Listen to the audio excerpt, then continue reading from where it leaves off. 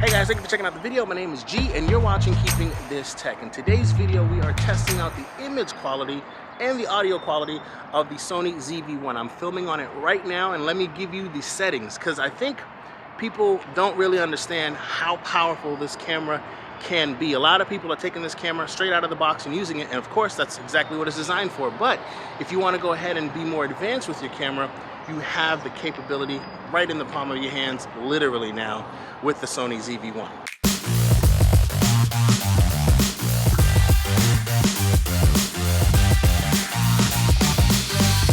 Okay, let's talk about the settings that I'm using. 1/150, because I'm shooting at 4K 24 frames per second, all right?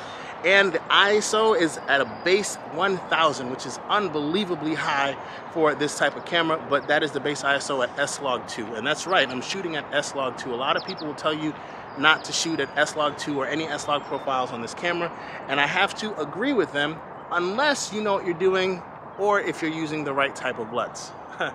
I'm using the LUTs right now that I'm using are in the description below. This guy is incredible. You have to check them out. If they're working this well on this camera, then they'll do amazing for any of your other Sony cameras. This guy's built them so you don't really have to do much at all. Even worry about exposure. Just throw them on there and you're good to go. Anyway, link in the description. No affiliation with him whatsoever, but I think he's amazing. His name is Joel, I think. If not, I'll correct it somewhere here. But regardless, let's talk about the 1.8 aperture. That's what we're doing right now. This was giving you this blurry background. And that separation from the background is popping right now because of it being at 1.8. Of course, I'm using manual controls.